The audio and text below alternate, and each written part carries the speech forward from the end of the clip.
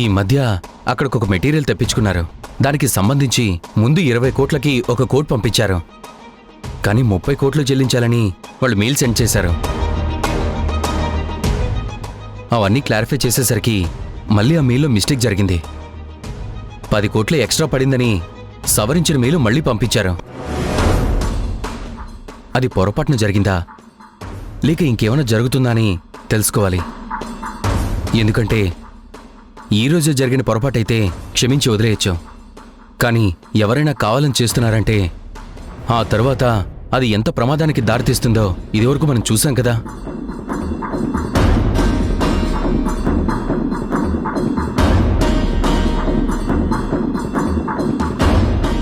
అందుకే వెంటనే అక్కడికి వెళ్ళాలని నిర్ణయించుకున్నాను.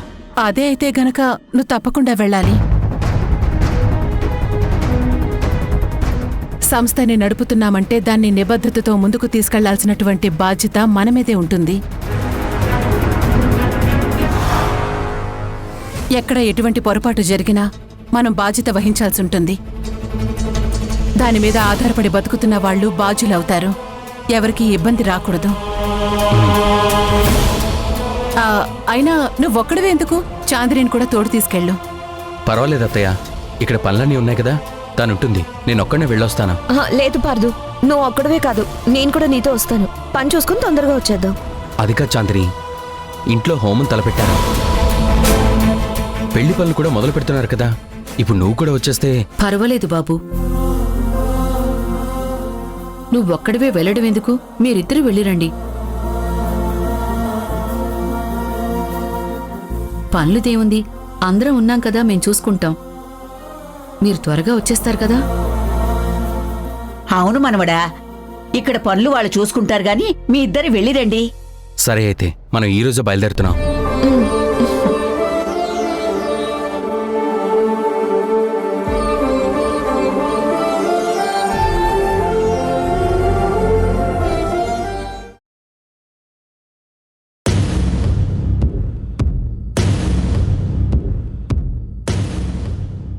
ఏంటి జయ, భోజనానికి రమ్మంటే రానని చెప్పావంట?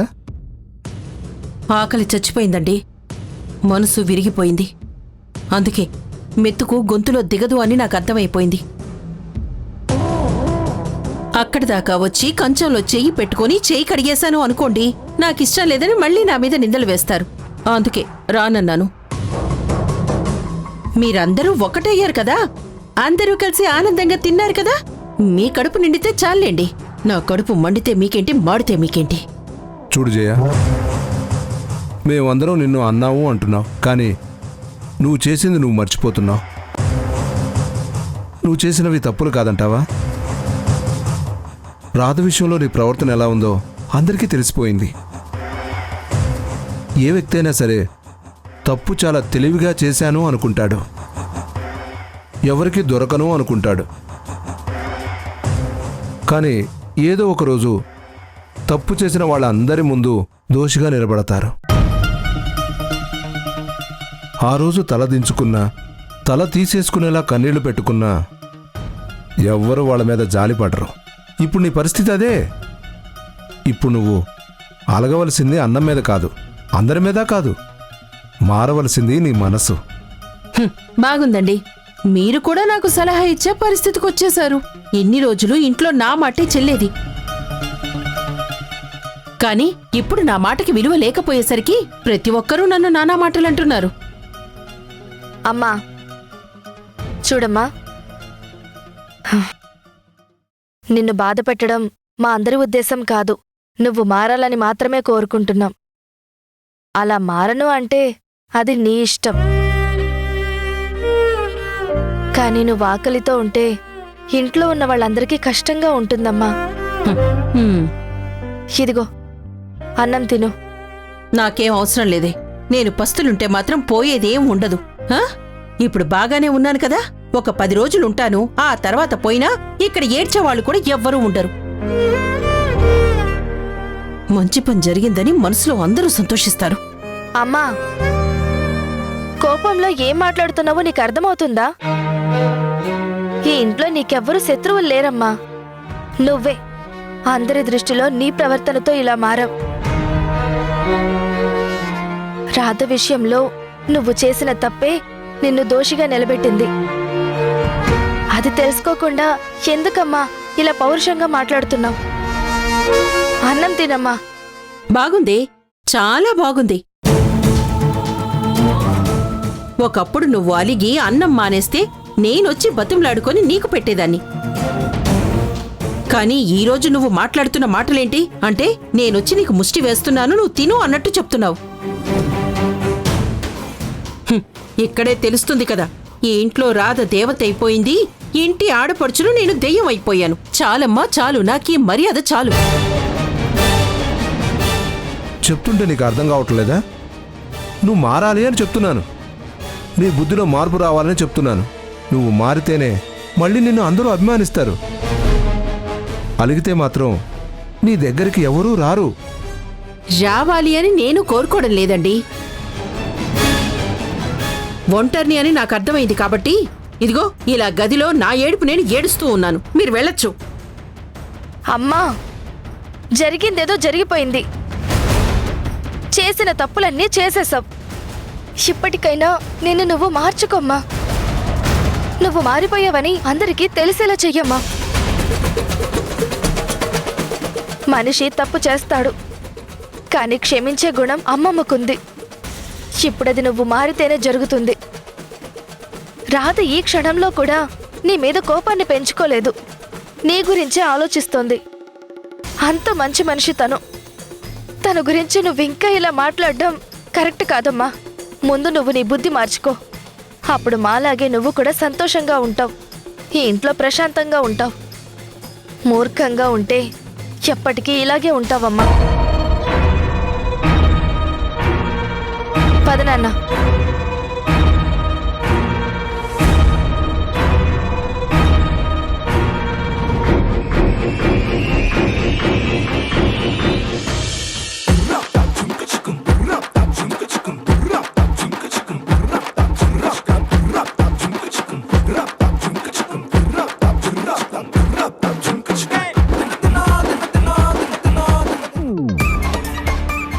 రాధా, నీకు ఇంట్లో స్థానం లేకుండా చేద్దామనుకున్నాను. నిన్ను ఇంటికి దూరంగా పంపించేయాలని ఒకసారి ఎత్తు వేశాను, అది ఫలించింది. తిరిగి వచ్చాక మళ్ళీ నిన్ను పంపించటానికి ఎన్నో ప్రయత్నాలు చేశాను, కాని అన్నీ వికటించాయి. అప్పుడు ఎదురు చెప్పని నువ్వు ఇప్పుడు నాకు ఎదురు చెప్తున్నావు. రాధా, అందరి దృష్టిలో నన్ను శత్రువుని చేస్తున్నావు. నా ఇంట్లోనే నన్ను ఒంటరిని చేశావు. ఈరోజు నా కూతురు కూడా నా విషయంలో ఇలా మాట్లాడేలా నువ్వే మార్చావు. నిన్నంత తేలిగ్గా వదలకూడదు.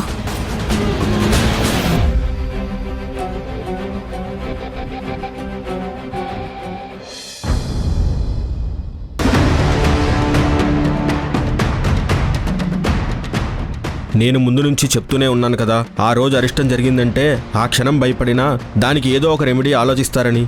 ఇప్పుడు అదే చేశారు. అక్కడ గణపతి హోమం జరిగిందంటే ఇంకా ఎలాంటి ఆటంకాలు లేవని ఈ పెళ్లి చేసేస్తారు. ఇంకా ఆపడం మన తరం కాదేమో. ఆపలేము అనుకుంటే ఏది చేయలేము. ఎందుకు చెయ్యలేము అని ఆలోచిస్తే ఏదో ఒకటి చెయ్యగలం.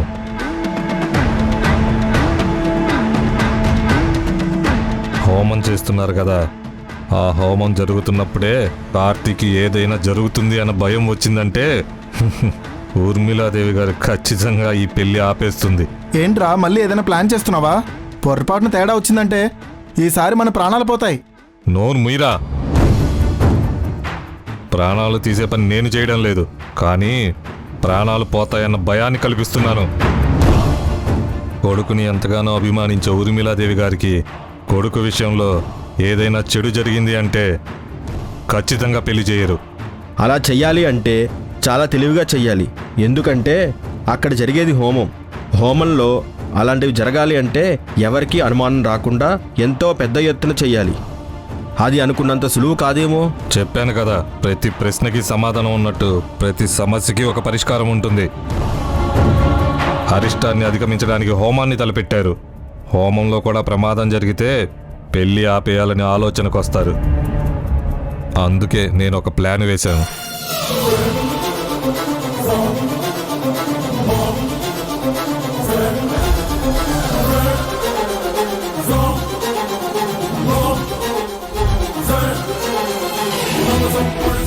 హా?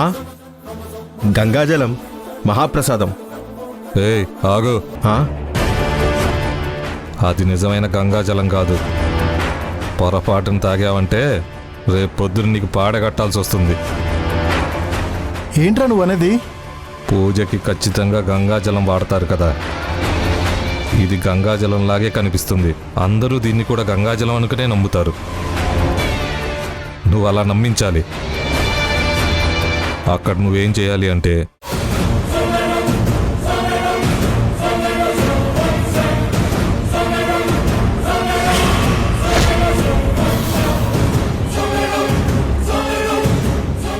చెప్పింది అర్థమైంది కదా.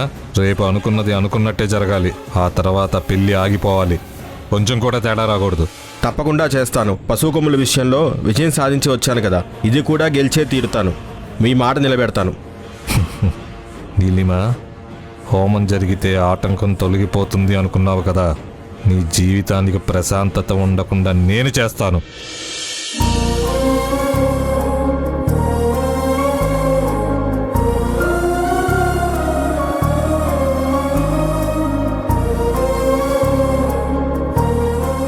నాన్న, ఇంకొద్ది రోజుల్లో నీ రూపాన్ని అమ్మ చూడబోతోంది. కానీ ఏ ప్రశ్నకి నా దగ్గర సమాధానం లేదు. నేను ఎవరు అని నన్ను నేనే ప్రశ్నించుకుంటున్నాను. ఎన్ని రోజులు అది ప్రశ్నగానే ఉంది, కానీ సమాధానం దొరకడం లేదు. నేను రాధనని వీళ్ళు అంటున్నారు. ఆ రాధ వేరు అని నాకు అనిపిస్తోంది. దాన్ని ఎలా చెప్పాలో నాకు అర్థం కావడం లేదు. ప్రతి సమస్యకి పరిష్కారం ఉంటుంది, కానీ నాకొచ్చిన ఈ సమస్యకి పరిష్కారం ఎప్పుడు దొరుకుతుందోనని భయంగా ఉంది. ఏదైనా సరే, నేను అమ్మని, నువ్వు నా బిడ్డవి. ఇది నిజం. మనిద్దరి బంధం ఎప్పటికీ ముడిపడే ఉంటుంది. ఏంటి రాధా, కడుపులో ఉన్న బిడ్డతో మాట్లాడుతున్నావా? అవునండి. నేనేంటి అనే ప్రశ్నకి వాడి దగ్గర మాత్రమే సమాధానం ఉంది. నేను వాడికి అమ్మని, వాడు నాకు బిడ్డ. ఈ బంధానికి గతంలో ఏ సంబంధం లేదు. భవిష్యత్తులో సమాధానం చెప్పవలసిన అవసరం లేదు. అందుకే నా జీవితం గురించి నా బిడ్డతో మాట్లాడుతున్నాను. చూడు రాధా, నీలో నువ్వు ఇలా బాధపడాల్సిన అవసరం లేదు. హాస్పిటల్లో అన్ని ఏర్పాట్లు పూర్తి చేశాం. డెలివరీ సమయంలో ఖచ్చితంగా నీ గతం నీకు గుర్తొస్తుందని అందరం నమ్ముతున్నాం. ఆ గతం గుర్తొచ్చాక నువ్వు పడుతున్న ప్రతి బాధకి సమాధానం దొరికి తీరుతుంది. నువ్వు నా రాధవని నీకు తెలుస్తుంది. మన ప్రేమ నీకు గుర్తొస్తుంది. ఈ ఇంట్లో, ఈ ఊర్లో వాళ్లతో, మా అందరితో నీకున్న అనుబంధాలన్నీ నీ కళ్ల ముందు కదులుతాయి. అప్పుడు నీ మనసు ప్రశాంతంగా ఉంటుంది. మీరు చెప్పింది నిజమేనండి. ఒకవేళ నా గతం గుర్తొచ్చినా నేను రాధనే అయితే ఈ రాధకి సమాధానం కావాలి. ఏం జరిగిందో తెలిస్తేనే నేను ఏ నిర్ణయం తీసుకోవాలో అర్థమవుతుంది. గతం అందమైందైతే దాన్ని పంచుకోవచ్చు. అందులో బాధలుంటే ఎలా సరిదిద్దుకోవాలి, ఇవన్నీ ప్రశ్నగానే మిగులుతాయి కదా. ఎన్ని రోజులు గతం గుర్తుకు రావాలని ఆలోచించాను. ఇప్పుడు ఆ గతం గుర్తుకొస్తే ఎలాంటి నిర్ణయం తీసుకోవాలో అర్థం కాని పరిస్థితుల్లో ఉన్నానని మదన పడుతున్నాను. రాధా, నీకు జరిగిన సంఘటనలన్నీ గుర్తుకు రావాలని నీకన్నా ఎక్కువగా నేను కోరుకుంటున్నాను. ఎందుకు తెలుసా?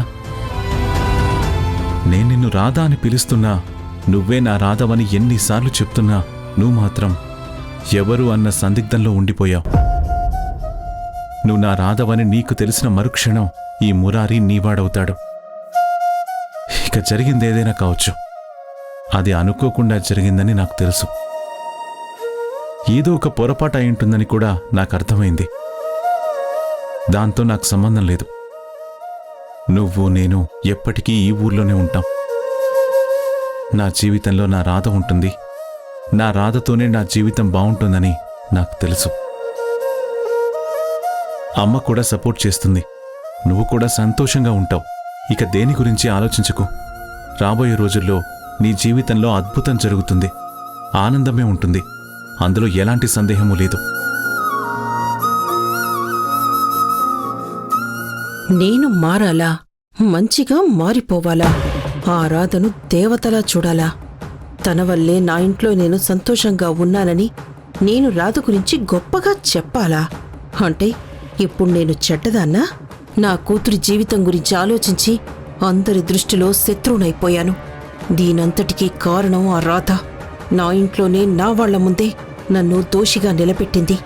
ఎటువంటి పరిస్థితుల్లోనూ దాన్ని వదలకూడదు. దాని జీవితంలో సంతోషం అనేదే మిగలకూడదు. ఏదో ఒకటి చెయ్యాలి.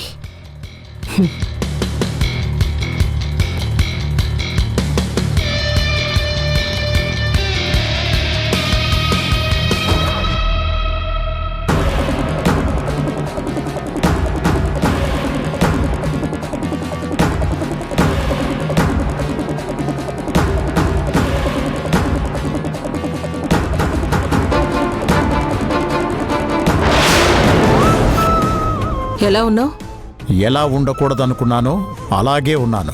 నీ రాత మారే రోజు దగ్గరకొచ్చింది. నాతో నువ్వు చేయి కలిపితే నీ జీవితంలో కూడా నువ్వనుకున్నది సాధించే పరిస్థితి వస్తుంది.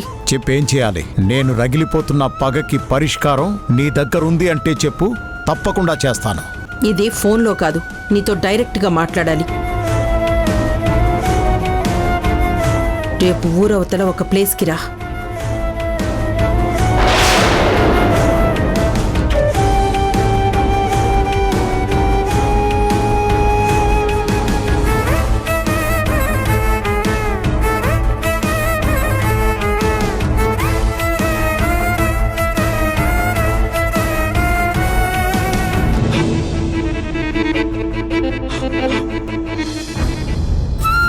నెయ్యి 2 కిలోలు ఇందాకే తీసుకొచ్చాం. పసుపు కుంకుమ 1 కేజీ తెచ్చేసామండి. హోమం సమితులు తెప్పించమన్నారు. అంటే అదేనే, హోమంలో వేసే పుల్లల్ని పుల్లలు అనకూడదు, వాటిని సమిధులు అంటారు. అవి కూడా తీసుకొచ్చేసాం. ఇంకా పువ్వులు, కొబ్బరికాయలు, అరటిపళ్ళు అవన్నీ కూడా తీసుకొచ్చేసాం. నవధాన్యాలతో పాటు ఇవ్వడానికి ఎర్రగుడ్డ, అందులో కట్టాల్సిన సామాన్లు వచ్చాయా? అన్నీ వచ్చేసాయండి. హోమానికి సంబంధించిన చెక్క గరిటెలు అవి వాళ్ళు తీసుకొస్తామని చెప్పారు. రేపు హోమం ఏ ఆటంకం లేకుండా జరగాలి. తర్వాత ఈ పెళ్లి కూడా సజావుగా జరిగిపోవాలని ఆ విఘ్నేశ్వరుణ్ణి నేను మొక్కుకుంటున్నాను. అమ్మా, నేను నీతో మాట్లాడాలనుకుంటున్నాను. దేని గురించి కార్తీక్? ఇదిగో హోమం గురించి అయితే నువ్వేం కంగారు పడాల్సిన అవసరం లేదు. గురువుగారు అంతలా చెప్పారు కదా, అన్ని సామాన్లు కూడా వచ్చేసాయి. రేపు హోమం నిర్విఘ్నంగా జరుగుతుంది. అది కాదమ్మా, జరుగుతున్నవన్నీ చూస్తూ ఉంటే నా మనసుకి బలంగా ఒకటే అనిపిస్తోంది. అసలు ఈ పెళ్లి జరగడం భానుకి ఇష్టం లేదేమో.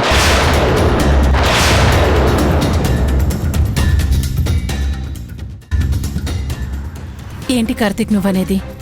అవునమ్మా, నేనన్న దాంట్లో నీకు తప్పుగా ఏమైనా కనిపిస్తోందా? ఒకటి ఆలోచించు. భాను నేనెంతగానో ఇష్టపడ్డాను. తను లేని జీవితం నాకు వద్దు అనుకున్నాను. తను కూడా నా విషయంలో ఎంతో ప్రేమ కురిపించింది. ఇప్పుడు తను మనకు దూరం అయిపోయినా నేను తన గురించి ఒంటరిగా ఉండాలి. కానీ నా జీవితంలోకి ఇంకొకరు వస్తారు అంటే ఏ లోకంలో ఉన్నా సరే భాను అందుకు అంగీకరించదేమో.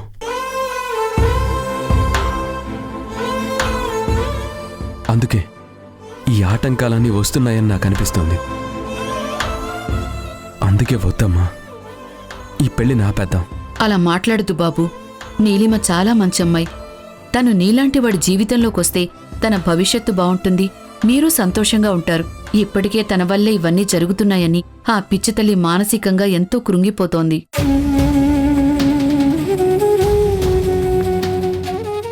ఇలాంటప్పుడు మీరీ నిర్ణయం తీసుకుంటే తను మరింత బాధపడుతుంది బాబు.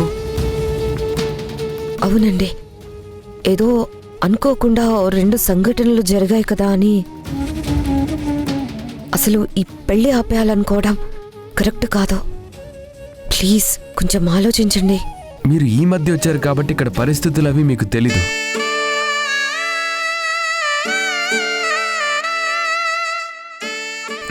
భాను ఇంట్లో ఎంత సంతోషంగా ఉండేవాళ్ళమో, భాను అందరితో ఎంత కలుపుగోలుతనంగా ఉండేదో మీకు తెలియకపోయినా ఈ ఇంట్లో అందరికీ తెలుసు. మరీ ముఖ్యంగా భాను లేని ఒక్క క్షణాన్ని కూడా నేను ఊహించలేకపోయేవాణ్ణి. అలాంటి భాను నాకింత అన్యాయం చేసి వెళ్ళిపోయింది. కానీ ఇప్పుడు నేను ఇంకో పెళ్లి చేసుకొని తనకు అన్యాయం చేయలేను. తన స్థానంలోకి ఎవరిని తీసుకురాలేను.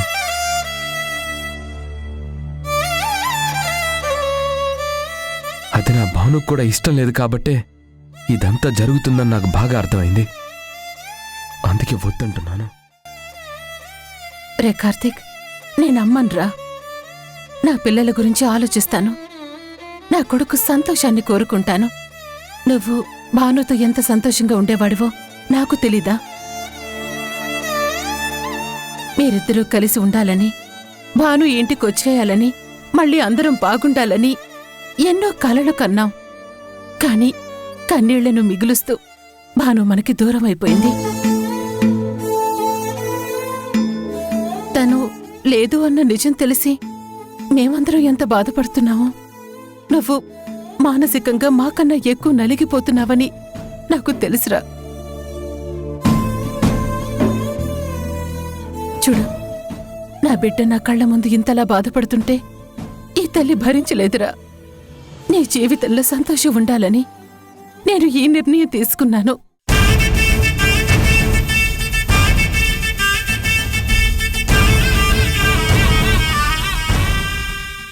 ఆ రోజు మేనేజర్ గారు కూడా చాలా టెన్షన్ పడ్డారు సార్. కానీ ఇక్కడ పనిచేసే ఒక అమ్మాయి దాన్ని సాల్వ్ చేసింది. ఇక్కడ అమ్మాయి పోస్ట్ ఏంటి? Attender madam. ఒక అటెండర్ ఇంత పెద్ద ప్రాబ్లం సాల్వ్ చేసిందా? మీరే మెయిల్ ఇలా పెట్టొచ్చని కూడా అటెండరే సలహా ఇచ్చిందా? ఇంటికి అటెండర్ ఎవరు? అసలు ఈ రోజు ఆఫీస్కి వచ్చిందా? వచ్చింది మేడం. పాల ప్యాకెట్ తీసుకురావడానికి బయటకు వెళ్ళింది. ఈ పాటికి వస్తూ ఉంటుంది. తను వస్తే లోపలికి రమ్మని చెప్పండి. అలాగే మేడం.